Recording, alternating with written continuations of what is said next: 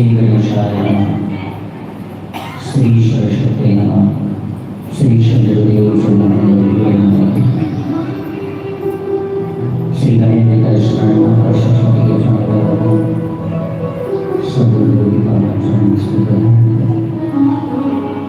भगवान श्याम सुंदर को ध्यान करते हुए गंगा जी के पावन तट पर पहले आश्रम को प्रणाम करें। जब कथा में बैठे तो पहले आश्रम को प्रणाम करें, फिर हृदय, फिर मस्तक, फिर शिखा, दोनों भुजाएं और फिर दोनों आंखों के नेत्रों को उंगली लगा करके चुटकी बजा करके यह आसन सिद्ध होता है। इससे जो मन हमारा एकत्र जाता है, आसन सिद्ध करने से धीरे धीरे जो इंद्रियों को हमने अपने शरीर की उंगलियों से स्पर्श किया है उनमें चेतना आती है। ऐसे आसन को प्रणाम करके, माँ गंगा को प्रणाम करके, उस अच्छे बड़े समर्थ सदगुरु को प्रणाम करके आज की कथा प्रारंभ करें। इससे पूर्व आप सभी को व्यास आसन से का प्रणाम। सारा जय श्री कृष्ण। ठीक है सब, कोई दुखी तो नहीं है? हाँ, किसी को ऐसा लगे कहाँ गए, कहाँ फंस गए? ठीक है, सीजन का बड़ा महत्व होता है। कल भी निवेदन किया थोड़ा आज ये सीजन है। दो चीज़ें लेकर के कथा में चलेंगे। पहला सीजन और दूसरा भूमि। जिस स्थान की कथा हो रही है कि ये साधारण भूमि नहीं है। यदि 5 स्टार होटल भी मिल जाती जहाँ सब सुविधा होती, बिजली भी है, इन्वर्टर भी रखा है और जनरेटर भी रखा है, और उसकी इच्छा न हो तो लाइट चली जाएगी। जनरेटर में मारने के लिए गए हैंडल तो पता लगा उसमें डीजल नहीं है। इन्वर्टर को चालू करने गए तो पता लगा ये भी खराब। क्यों? उसकी इच्छा नहीं। अपनी इच्छा को जब घर छोड़ो, जिन माता बहनों को बड़ी परेशानी हो सकती है कि जब अपने घर को छोड़ो तो फिर ये भाव लेकर के आना कि मैं हरि की हो गई हूँ, गुरु की हो गई हूँ, जिसमें तू रखे उसी में मेरी इच्छा। अब तू जिस बात से मुझे रखे, प्रकृति के साथ हो जाओ। और जब हम प्रकृति के साथ हो जाते हैं तो उसका क्या होता है? कभी कभी देखा में से सभी भाई बहनों ने बहुत कथा सुनी है। आपका रिजर्वेशन कंफर्म नहीं है, वेटिंग में चल रहे हैं, और यदि आपका भरोसा है, आपका विश्वास है, तो आप जब ट्रेन में बैठेंगे ना तो कोई परिचय वाला नहीं है, वेटिंग में है, खड़े हैं, और किसी को अचानक प्रभु प्रेरणा दे देता है और वो कह देता है, अरे दादी, अरे बहन जी, अरे भैया क्यों खड़े, आ जाओ, बैठ जाओ। उस समय समझना कि ये मेरा पुण्य नहीं, ये मेरी माला का प्रताप है कि जो मुझे प्रकृति साथ दे रही है। अभी बारिश नहीं हो रही है, बारिश हो जाती ना तो ये जो उमस है ना ये समाप्त हो जाती, जो गर्मी चल रही है।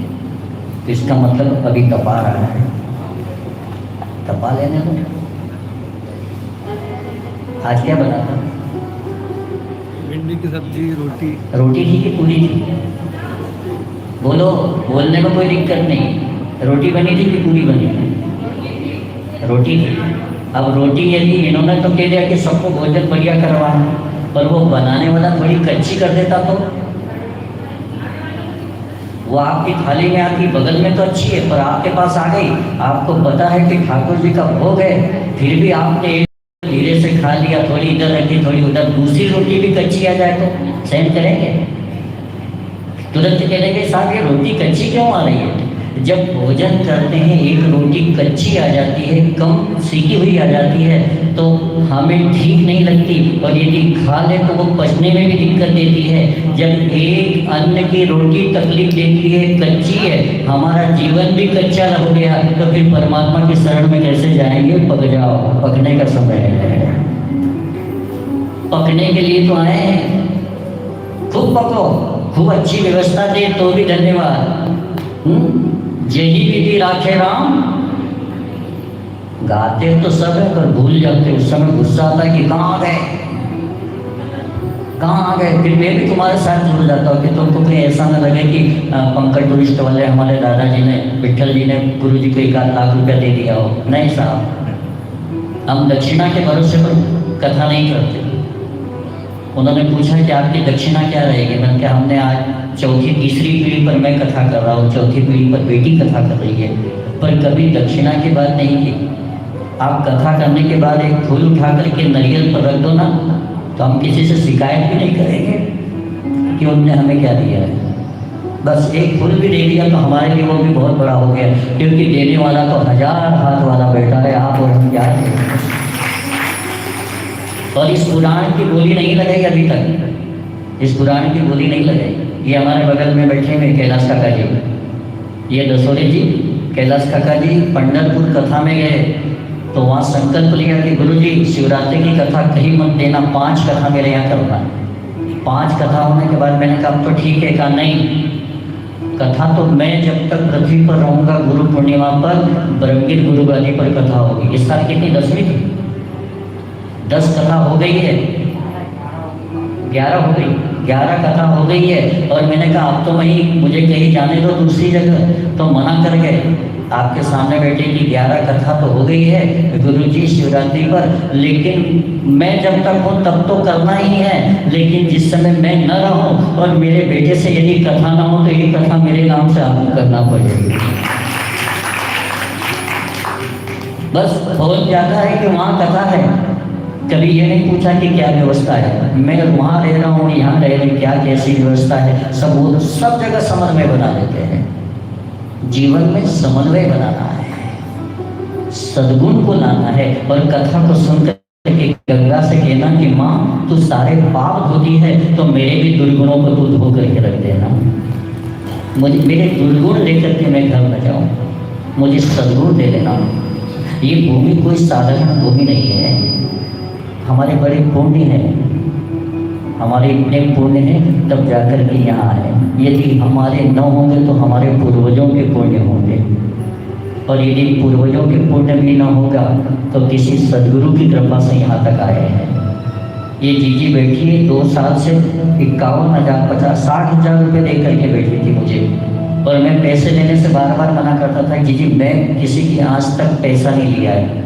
आज कहा नहीं गुरु जी ये पैसे रखो। 60,000 रुपये उन्होंने 2 साल करीब 1.5 साल भवानी माता मंदिर पे खंडवा में मुझे बुलाया, पैसे दिए कि कथा करना है। कहाँ करना है? तो कहा सुखताल में। मैंने कहा कहीं और देखने का नहीं, करना तो सुखताल में ही। पति के नाम से कथा करवाना है, तुम्हारे फूफा जी के नाम से कथा करवाना है। 2 साल की 1.5 साल की कथा को प्रतीक्षा करते करते ओंकारेश्वर कथा हुई, वहाँ नर्मदा से निवेदन किया, वहाँ गुरुदेव के सामने लेकर के मैं गया और मैंने कहा बस सुखताल में कथा हो जाए।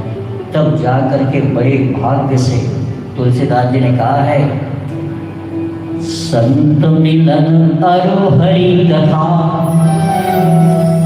संत मिलन अरु हरि कथा, तुलसी दुर्लभ दोय, सुतदारी ग्रह लक्षणी तो पापी के भी हो।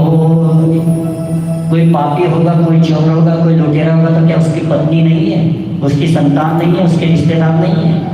लेकिन संत मिलन और सत्संग, गंगा का दर्शन, ऐसी पवित्र माटी, इसके दर्शन बार बार नहीं मिलते साहब। ये तो कोई योग बन जाता है, तब गुरु की कृपा हो जाती है, तब आप और हम सब यहाँ आके जाते हैं। आपके मन में एक छोटा सा बीज था कि मैं भी सुखताल जाऊँ, मैं भी सुखताल जाऊँ, और प्रभु की कृपा हुई और वो बीज धीरे धीरे प्रफुल्लित हो गया है और आज यहाँ आकर के बैठ गए हैं। ये भूमि है, साधारण नहीं है। ये भूमि पर 88,000 ऋषियों ने बैठ करके रसोपान किया है। रसोवास। इस ठाकुर जी की कथा को सुन करके कभी मन नहीं भरता। आप में से सभी बहनें माताएं महाराष्ट्र से भी आइए, जहाँ जहाँ से निमंदर वगैरह से, जहाँ से खंडवा से, वो भी जहाँ से आएंगे। क्या आपने कथा नहीं सुनी? सबकी कथा सुनेंगे। और आप तो टीवी पर देखते हो, नैमिषारण्य की कथा चल रही है, सुखताल की कथा चल रही है, वृंदावन की कथा चल रही है। घर बैठ करके भी कथा सुन सकते थे, फिर इतना कष्ट लेकर के यहाँ क्यों आए? और जब आ गए हैं तो फिर जही भी राखे राम, सीताराम सीताराम सीताराम कहिए, जही भी राखे राम कहे भी कहिए, सीताराम सीताराम सीताराम कहिए, जही भी राखे राम कहे भी कहिए, सीताराम सीताराम सीताराम कहिए, जही भी राखे राम कहे भी कहिए।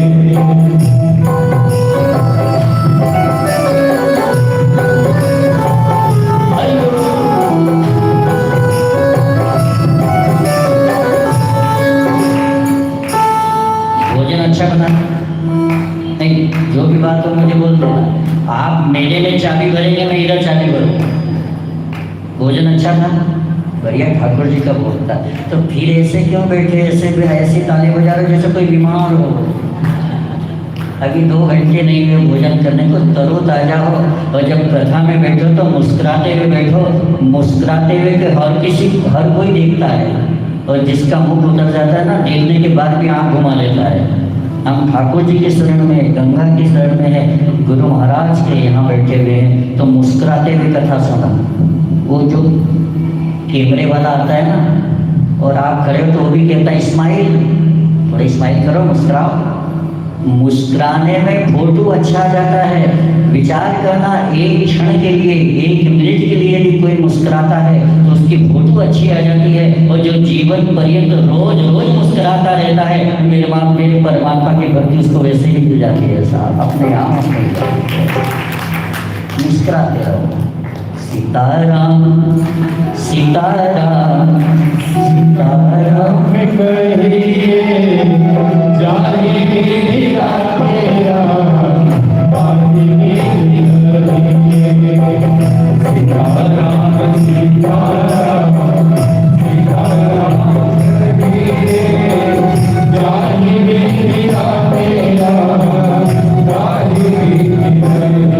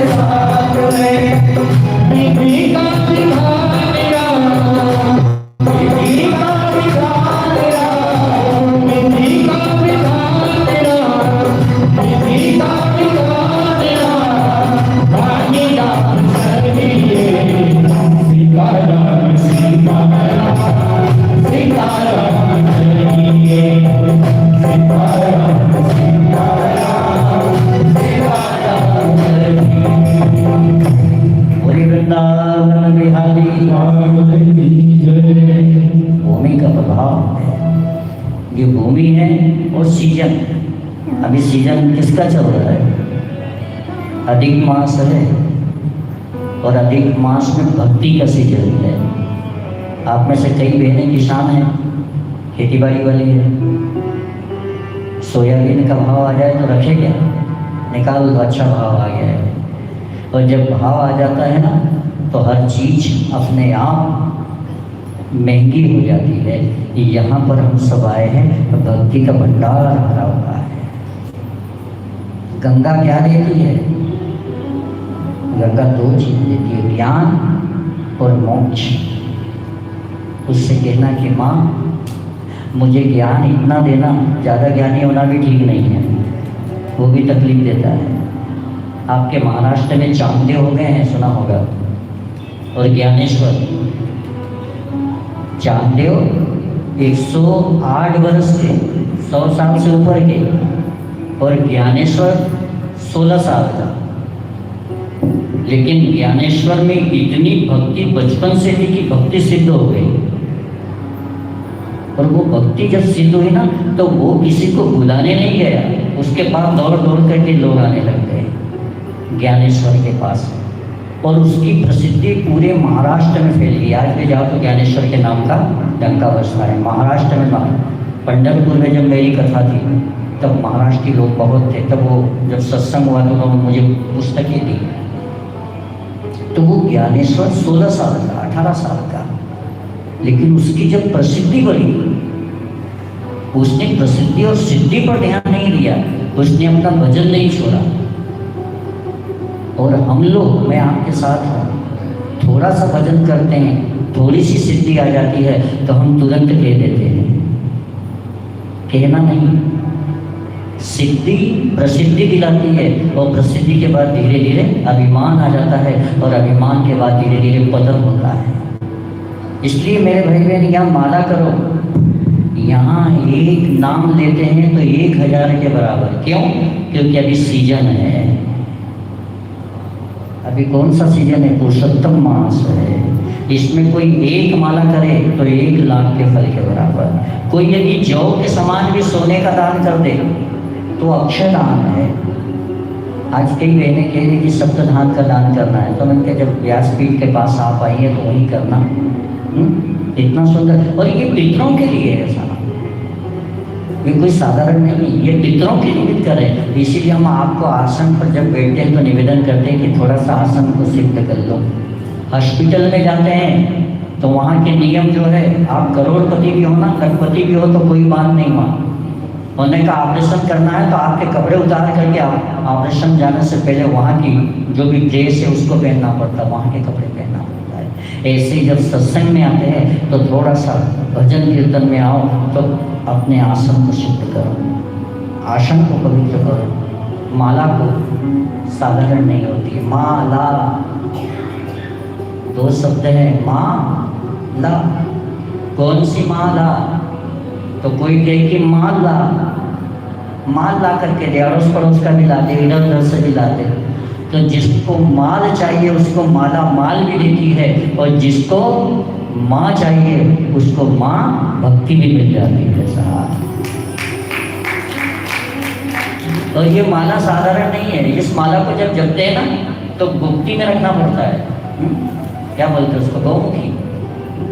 उसको रखते हैं और फिर उसको नाभि से ऊपर रखना पड़ता है, नाभि से नीचे ना चली जाए। नाभि से ऊपर रख करके फिर माला को घुमाया जाता है, और फिर उसमें देखा जाता है कि सुमेरु जो है इसका उल्लंघन ना हो। ये आया कि माला को तुरंत घुमा दिया जाता है, और 2 उंगली पर चलती है, आप सब जानते हैं। लेकिन ये माला है क्या? जब इसको पकड़ लिए तो लोग कुछ भी कहते रहे, लेकिन इसको मत छोड़ना। और जिसने जिसने इसको पकड़ी है उसी के पीछे संसार लगा है, उसी को दुख देंगे, उसी को कष्ट मिलेगा, वही परेशान रहेगा। कई लोग दुखी हैं लेकिन उन्होंने माला को पकड़ लिया है, और जिसने इसको पकड़ा है, जिसने अपनी वाणी के ऊपर भगवान का नाम ले लिया है, सुमरण कर रहा है, सब कुछ होता रहता है, और वो मन में भाव बना करके रखता है, जय ही मेरी राखे राम। हे गोविंद, तू जैसा रखेगा मैं वैसे रखने के लिए तैयार हूँ। मेरी न तो कोई इच्छा है न कोई आकांक्षा है, मेरी कोई इच्छा नहीं, मैंने इच्छाओं का अपने आप समर्पण कर दिया है आपको।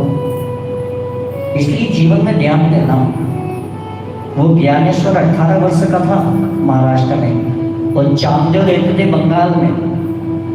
लेकिन यहाँ की प्रसिद्धि महाराष्ट्र की बंगाल तक उसके कानों तक चली गई। और उसने सोचा कि 18 साल का बालक मेरी भक्ति से भी बढ़ गया, जो लोग इसका गुणगान कर रहे हैं। तो उसने हिंसक पशुओं पर अपने अधिकार कर लिया था। जब भक्ति बढ़ती है मेरे भाई बहन, तो प्रकृति में जितने जीव है ना, वो भी आपके आसपास आकर के बैठने लग जाते हैं। शेर भी आपके पैर के तलवे चाटने के लिए तैयार हो जाता है। क्यों? क्योंकि फिर वहाँ राग और द्वेष नहीं रहता, केवल और केवल भक्ति और प्रेम रहता है। जिसके पास जो होगा वही तो देगा।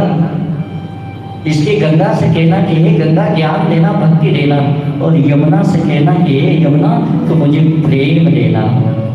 यमुना प्रेमा भक्ति का दान करती है। वो ज्ञानेश्वर की परीक्षा लेने के लिए आए। हमारी भी परीक्षा हो रही है, मैं रोज रोज कह रहा हूँ ये परीक्षा। वो ज्ञानेश्वर की परीक्षा लेने के लिए आया तो सिंह की सवारी की शेर पर बैठ करके आया। जैसे घोड़े पर लगाम लगाते हैं ना, ऐसे उसने शेर के ऊपर लगाम लगा ली और फिर शेर पर बैठ करके आया। तो ज्ञानेश्वर मिट्टी के चबूतरे पर बैठा हुआ था अपने साथियों के साथ। तो किसी ने कहा, महाराज श्री, अरे सामने तो देखो चामदेव आ रहे हैं जिनकी उम्र 100 साल से भी ऊपर है। इनको अभिमान है कि इन्हें शेर के हिंसक को जीत लिया है। थोड़ा से इसे कुछ चमत्कार बताओ। तो ज्ञानेश्वर ने हंस करके कहा कि भक्ति कोई कैसी भी करे, हमें उससे क्या लेना देना। मैं चमत्कार बताने वालों में से नहीं हूँ, मैं पर्चा देने वालों में से नहीं हूँ। मेरी भक्ति को मैं इधर उधर भटकाने में नहीं ले जाता।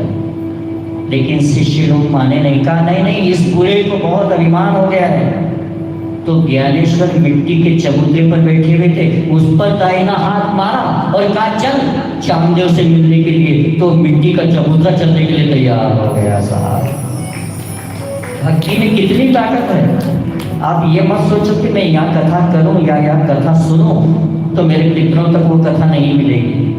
यदि आप यहाँ कथा सुन रहे हैं और ये पितरों के निमित्त है, तो यहाँ जब अंतिम बार कथा होती है ना, पहले दिन संकल्पित होती है, और जब अंतिम दिन कथा का समापन होता है तो उस समय हाथ में जल लेकर के कहा जाता है कि मैंने जो कथा सुनी है इसका पुण्य मेरे पितरों को मिले। तो कहने मात्र से हमारे पितृ तृप्त हो जाते हैं, जो अधोगति में पड़े हैं उनकी सदगति हो जाती है। ये कथा वो है, ये भूमि वो है। हम गांव में शहर में कथा करते, कल भी निवेदन किया था, वो कथा साधारण होती है, वहाँ 100 गुना फल मिलता है, तो यहाँ 1,00,000 गुना फल मिलता है। ये अवधूत की भूमि है, कोई साधारण भूमि नहीं है साहब। जहाँ 24 घंटे 7 दिन कथा हुई थी, कोई उठने के लिए तैयार नहीं था, किसी को प्यास नहीं लगती थी। क्यों नहीं लगी? और ध्यान देना, जो श्रोता था वो कैसा था और वक्ता था वो कैसा था। वक्ता ने कभी समाज वालों को देखा ही नहीं कि मेरी कथा में कौन कौन बैठा है, और श्रोता कौन था? जिसके 7वें दिन मृत्यु होने वाली है। अब जिसको डॉक्टर कह दे कि बस 7 दिन के मेहमान हो, घर जाओ और जो कुछ करना हो करो, फिर उसको खाने में मन लगे, उसका मन नहीं लगता। ऐसे ही परीक्षित को श्रापित हो गया था कि 7वें दिन तक्षक नाग आकर के ध्वंस करेगा। तो वो आकर के जिस आसन पर बैठा, और जब इसी स्थान पर सुक्ताल में कथा हुई तो स्वर्ग से देवता लोग आ गए अमृत लेकर के, और परीक्षित से कहते इसकी गोली लगा दी। लेकिन धन्य है परीक्षित, उसने गुरु की शरण में जाकर के निवेदन किया कि गुरुदेव क्या करूं मैं? का क्या हुआ? का देवराज इंद्र, स्वर्ग के सारे देवता स्वर्ण के कलश में अमृत लेकर के आए हैं, और वो मुझसे कहे कि तू मरने के भय से कथा सुन रहा है तो ये अमृत पी ले तो तेरी मृत्यु नहीं होगी, अमर हो जाएगा। आप और हम होते तो पहले मुहूर्त में पी लेते। मैं भी हूँ आपके साथ। बहुत गुरु से पूछे, लेकिन धन्य है वो परीक्षित। उसने कहा ठीक एक क्षण के लिए रुको। और वो शरणागति हो गया था। और जीवन में शरणागति हो जाओ, जिसके जीवन में शरणागति आ जाती है ना, फिर वो जो कुछ करता है वो अपने सदगुरु के सानिध्य में करता है, इष्ट के सानिध्य में करता है। तो वो दौड़ करके गुरु के पास पहुंचा, सुखदेव स्वामी के पास। सुखदेव स्वामी ने कहा क्या हुआ? कहा गुरुदेव आप कथा प्रारंभ नहीं कर रहे, उससे पहले आ गए लोग, क्या हुआ? कहा स्वर्ग से आए हैं और वो अमृत पान करवा रहे हैं कि तेरी मृत्यु का भय हो जाएगा। अब मैं क्या करूं? आप मुझे बताओ, मैंने आपकी शरण ले ली है। तो सुखदेव स्वामी ने मुस्कुराते हुए कहा कि राजन, धन्य है तेरे जैसा भक्त, तेरे जैसा शिष्य, तेरे जैसा शरणागति मिल जाए ना, तो उसका उद्धार करने में कोई विलंब नहीं होता। स्वर्ग की स्वर्ण की कलश में अमृत आया है, यदि तू उसका पान करेगा तो अजर अमर हो जाएगा। लेकिन जिस कथा अमृत का मैं पान कराऊंगा, वो कथा अमृत तेरे शरीर को जला करके राख कर देगी, मृत्यु आएगी तो। लेकिन ये जो कथा अमृत का पान करेगा ना, ये कथा अमृत का पान जब तक धरा पर गंगा यमुना नर्मदा सरस्वती ताप्ती क्षिप्रा बहती रहेगी, सूर्य चंद्रमा दमकते रहेंगे, तब तक लोग तेरा नाम लेकर के कथा का आनंद लेते रहेंगे और भवसागर से पार हो जाएंगे। कथा अमृत का पान करने से क्या होगा? स्वर्ग का अमृत का पान करेगा तो स्वर्ग में जाएगा। लेकिन मान न दान करने की छूट है, न भजन करने की छूट है, न सत्संग है, वहां तो अप्सराएं नाचेगी। उन अप्सराओं का नृत्य देखने के लिए जब तक तेरा पुण्य है तब तक तू स्वर्ग में रहेगा, बाकी पृथ्वी पर गिरा दिया जाएगा। और ये अमृत, यदि इस अमृत का पान करेगा ना, तो इस अमृत का पान करने से जहां जहां जिस जिस योनि में तेरा जन्म होगा, वहां वहां ये ज्ञान, ये भक्ति और ये वैराग्य तेरे शरीर में, तेरे मन में, तेरी आत्मा के अंदर भरा हुआ रहेगा। ये कोई साधारण अमृत नहीं है। विचार करना, कहाँ बैठे हो, किस लिए आए हैं। समय मत निकाल देना, समय यूं जाता है।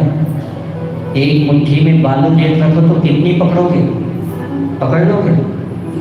वो अपने आप निकलती चली जाएगी। शुद्ध कपूर हो, भीम जिसको कहते हैं, ऐसे कपूर को लेकर के आओ, खुला रख दो, शाम तक धीरे धीरे पूरा समाप्त हो जाता है।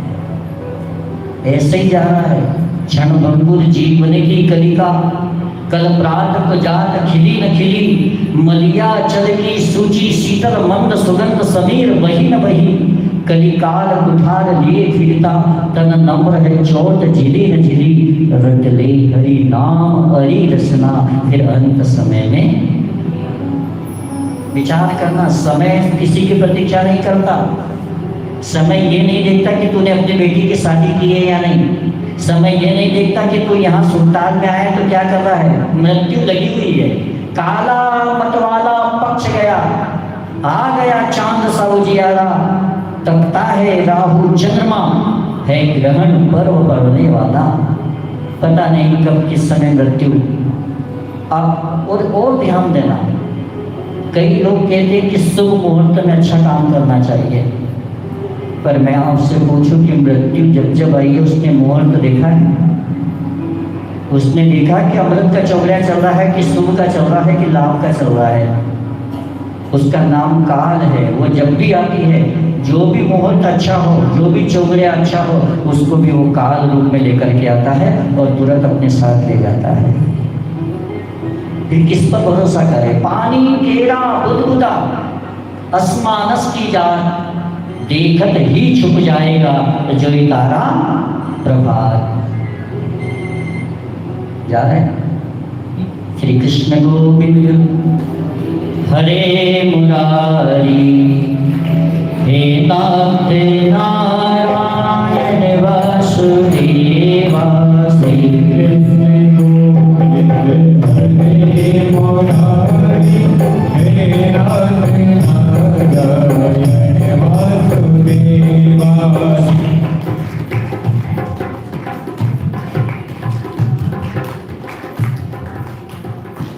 देखो, आपकी इच्छा नहीं थी, मेरे पे लाइट बंद हो गई ना, आपको आना ही पड़ेगा